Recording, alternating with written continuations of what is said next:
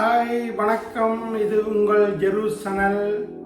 இன்றைக்கு நாங்கள் என்ன செய்ய போகிறோம்னு சொல்லி சொன்னால் ஒரு சமையல் ஒன்று செய்ய போகிறோம். எப்படியான சமையல்னு சொல்லி சொன்னால், நான் 2 பெரியாக்களுக்கும் 2 சின்னாக்களுக்கும் சாப்பிடக்கூடிய மாதிரி ஒரு கொத்து ரொட்டி உண்டு. வீட்டில் செய்கிற கொத்து ரொட்டி, கடையில் செய்கிறது இல்லை, வீட்டில் செய்கிற கொத்து ரொட்டி. இன்றைக்கி வீட்டில் எப்படி கொத்து ரொட்டி டேஸ்ட்டாக செய்கிறதுன்றதை இன்றைக்கி இந்த வீடியோவில் பார்ப்போம். இந்த வீடியோவுக்கு போகிறதுக்கு முதல் இந்த வீடியோவை எல்லாரும் சப்ஸ்கிரைப் பண்ணுங்க, ஷேர் பண்ணுங்க, லைக் பண்ணுங்க, அந்த பெல் பட்டன் அமுத்துங்க. எனக்கு நல்ல ஒரு சப்போர்ட் ஒன்று தாங்க.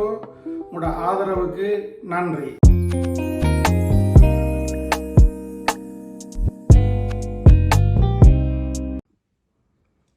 இப்போ முதல்ல இறைச்சி குழம்பு வைக்க போகிறோம். அந்த இறைச்சி குழம்புக்கு தேவையான பொருள்கள் எல்லாம் எடுத்து வச்சிருக்கிறோம். அது என்னென்னன்றத பார்ப்போம். முக்கியமாக முதல்ல இறைச்சி.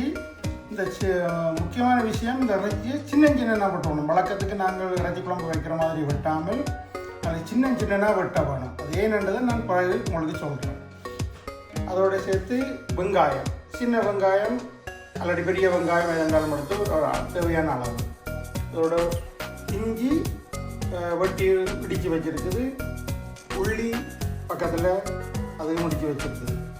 அதை விட சின்ன சீரகம், கடுகு தேவையான அளவு, எண்ணெய், உப்பு, கருவேப்பிலை. இது கருவேப்பிலை நீங்கள் பச்சையாக வாங்கினா அதை பொரிச்சு போட்டு ஒரு பேக்கில் போட்டு கட்டி வச்சிங்கன்னு சொன்னால் நீங்கள் 1 மாதத்துக்கு மேலே வச்சு பாவிக்கலாம். எந்த வித பழுதும் இல்லை, வாசமும் போகாது, அப்படியே இருக்குது. அதை விட மிளகாய்த்தூள். இவ்வளோதான் இன்றைக்கு இறைச்சி குழம்புக்கு தேவையான பொருட்கள். நாங்கள் இப்போ இறைச்சி குழம்பு செய்ய ஆயத்தமாகும். ஓகே, நாங்கள் இப்போ சமைக்கிறதுக்கு ஆரம்பிப்போம். இறைச்சி குழம்பு வைக்கிறதுக்கு முதல்ல தேவையான கொஞ்சம் எண்ணெயை விடுறது.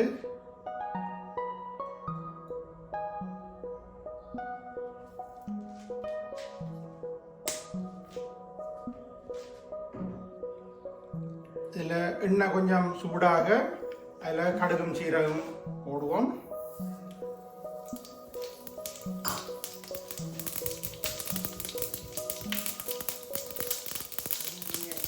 அதுக்கு பிறகு கொஞ்சம் வெங்காயத்தை போடுவோம்.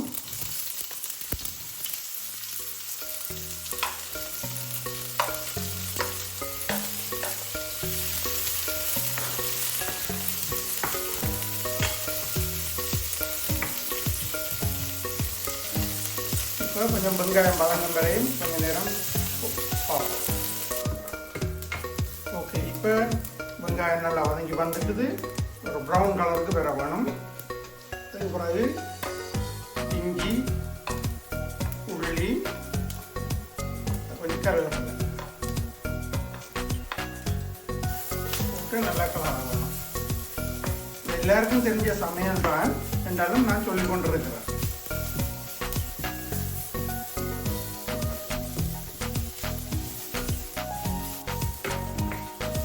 ஓகே, இப்போ நல்லா வதங்கிட்டுது. நல்லா வதங்கின பிறகு இப்போ நாங்கள் இறைச்சியை போடுவோம். அதுக்கு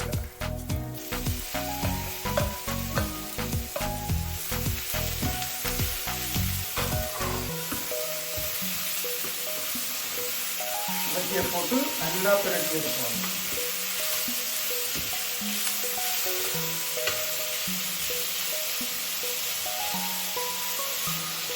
இப்போ எல்லாம் பிரட்டியாச்சு. அதுக்கு பிறகு மூடி போட்டு கொஞ்சம் நேரம் விடுவோம். அதில் இருக்கிற தண்ணியிலேயே அவிஞ்சு வரும் கொஞ்சம் நேரத்துக்கு. ஓகே, இப்போ இறைச்சி நல்லா அவிஞ்சிட்டுது. இனி அதுக்கு கொஞ்சம் தூளை போடுவோம்.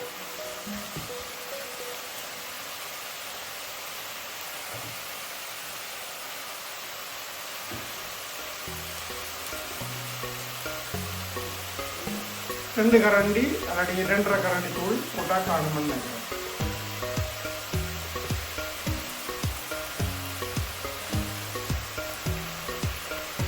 கரண்டி தூள் போட்டுருக்கோம். உரப்பாக இருந்தால் நல்லா இருக்கும். அடுத்ததாக கொஞ்சம் உப்பு போடுவோம்.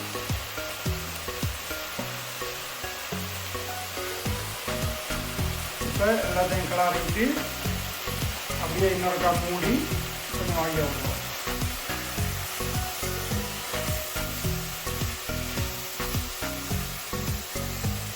கொஞ்சம் தண்ணியும் விடுவோம். முதல் தூளுக்கு கணக்காக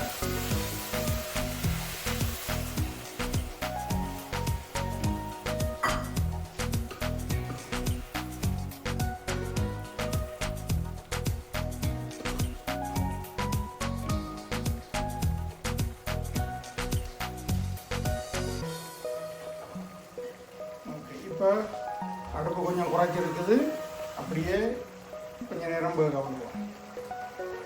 குழம்பு அப்படியே கொடன்னு கொதிக்கட்டும். ஓகே, இப்போ இறைச்சி கொதிச்சிட்டுது.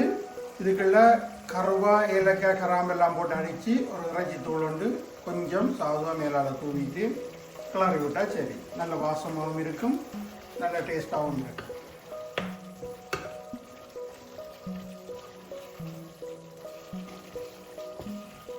இப்போ நல்ல கணக்காக வந்துருக்குது இந்த இறைச்சி குழம்பு.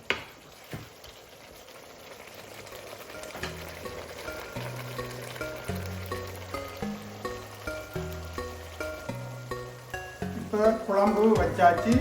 நீங்கள் அடுத்ததாக கொத்து ரொட்டிக்கு தேவையான ரொட்டிகளை வெட்டி, வெங்காயம் வெட்டி, அந்த இதுகளை இனி நாங்கள் பார்ப்போம்.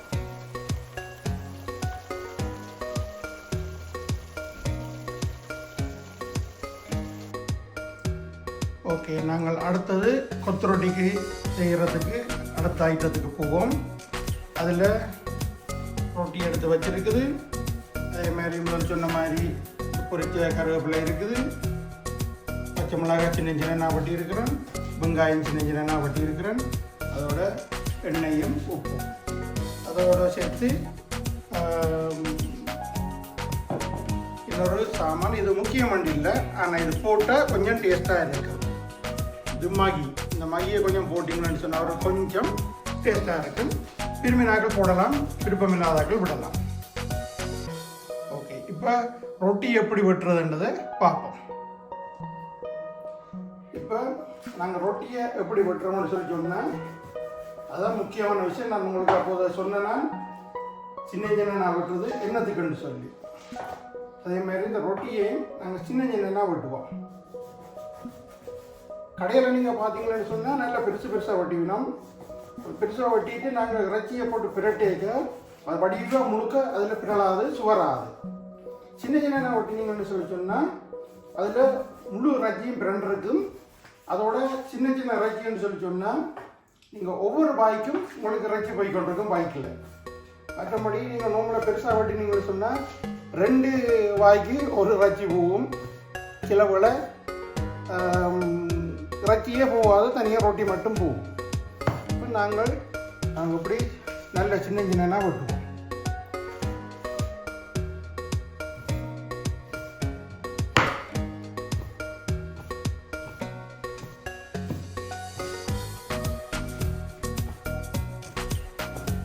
சின்ன சின்ன வெட்டினா நீங்கள் முள்ள கரண்டியாலையும் எடுத்து சாப்பிடலாம், கையாலையும் சாப்பிடலாம், கரண்டியாலையும் சாப்பிடலாம். நான் கையால் சாப்பிடுமா போல வராது, நல்ல டேஸ்டாக இருக்கும் கையால் சாப்பிட்டேன்.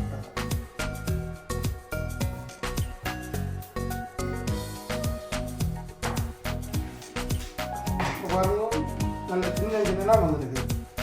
இப்படி சின்ன வெட்டி நீங்கள் சொன்னால் ஒவ்வொரு வாய்க்கும் உங்களுக்கு இறைச்சி நல்லா போய்க்கணும். வீட்டில் எல்லாம் நல்ல குழம்பெல்லாம் நல்லா ஊறி இருக்கும், சாப்பிட நல்ல டேஸ்ட்டாக இருக்கும்.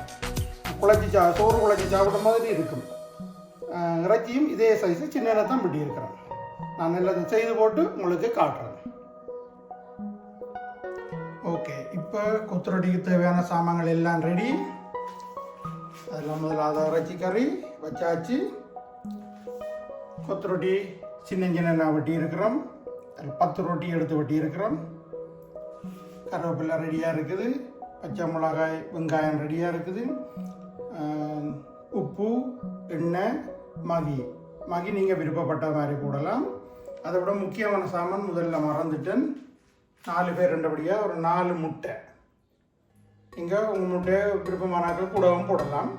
ஆனால் நாங்கள் 4 பேர் ரெண்டபடியாக 4 முட்டை போடுறது. ஓகே, இனி நாங்கள் கொத்துரியை செய்கிறதுக்கு ஆரம்பமாக போவோம்.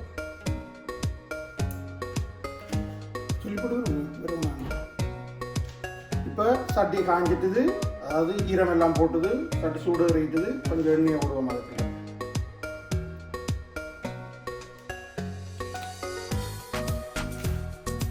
அடுத்ததான் இதுக்குள்ள வெங்காயமும் மிளகாயும் போடுவோம்.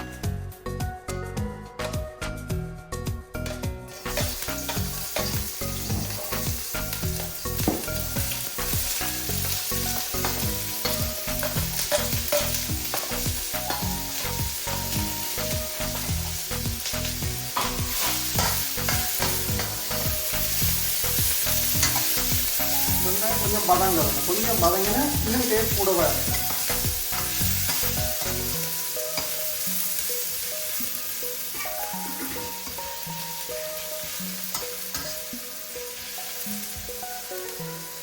கிட்டத்தட்ட இந்த சட்டி நான் 15-20 வருஷமாக கொத்தரொட்டிக்கு பாவிச்சு கொண்டிருக்கிறேன். இன்றைக்கு வரைக்கும் இதே சட்டியில் தான் நான் கொத்தரொட்டி செய்து கொண்டிருக்கிறேன்.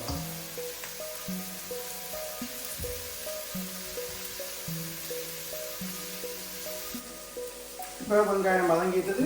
கொஞ்சம் உப்பு தேவையான அளவு, கணக்க போட தேவையில்லை. என்னென்ன மகி விடுறதா இருந்தால் உங்களுக்கு அதுலேயும் ஒரு உப்பு தன்மை இருக்குது.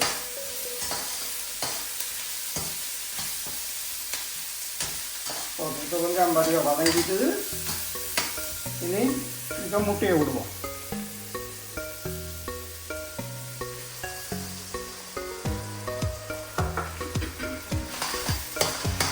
முட்டையை விட்டு நல்லா கலந்து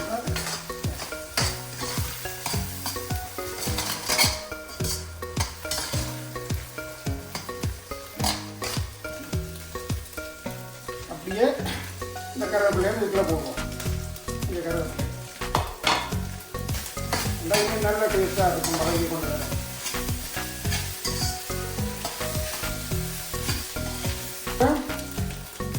இதுக்குள்ள இந்த ரொட்டியையும் போட்டு திரட்டுவோம்.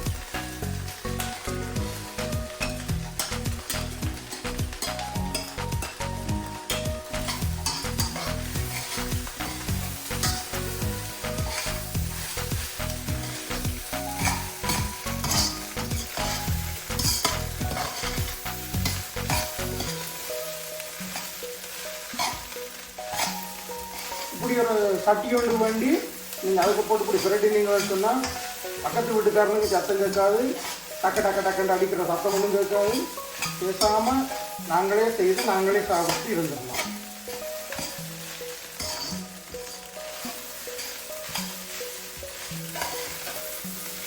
ஓகே, இப்படியே எடுத்தீங்களேன்னு சொன்னால் இது முட்டை கொத்து. இதுக்கெல்லாம் நீங்கள் ரஜ்ஜியை போட்டிங்களேன்னா ரஜ்ஜி கொத்து.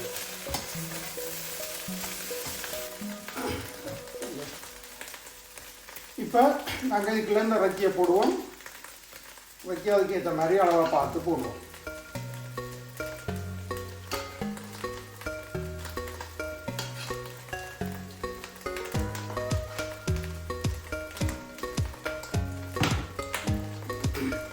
போட்டுட்டு வடிவாக கலக்கலாம்.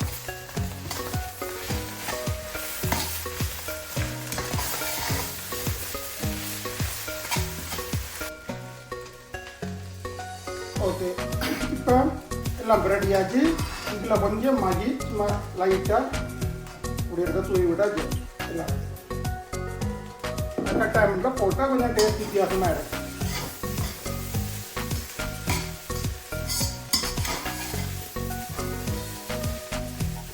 போட்டுட்டு அப்படியே கிளறி விட்டீங்கன்னா கொத்தரொட்டி முடிஞ்சிடும். இனி இதை சாப்பிட்ற மட்டும்தான் என்னோட பேரில் பாக்கி இருக்குது. அதையும் செய்வோம். ஓகே, இதுதான் இன்றைக்கு நாங்கள் செய்த கொத்தரொட்டி. சுட சுட ஆவி பறக்க வச்சிருக்குது. இதை இனி நாங்கள் சாப்பிடுவோம். இதுக்குள்ள சின்ன சின்ன இறைச்சி வட்டி இருந்தால் அப்படி கணக்கு இறைச்சி வரும். இதுக்குள்ள ஒவ்வொரு வாய்க்கும் இறைச்சி கடிவிடும். அதே மாதிரி நீங்கள் ரொட்டியையும் சின்ன சின்ன வட்டினா உங்களுக்கு சாப்பிட நல்லா இருக்கும். எல்லாம் படிவா அதில் பிரண்டு சுவரை ஊறி இருக்கு, நல்லா இருக்கும் சாப்பிட. ஓகே, இப்போ கொத்தரொட்டி செய்தாச்சு. கொத்தரொட்டியை சாப்பிட்டு பார்ப்போம் அப்படின்னு சொல்லி.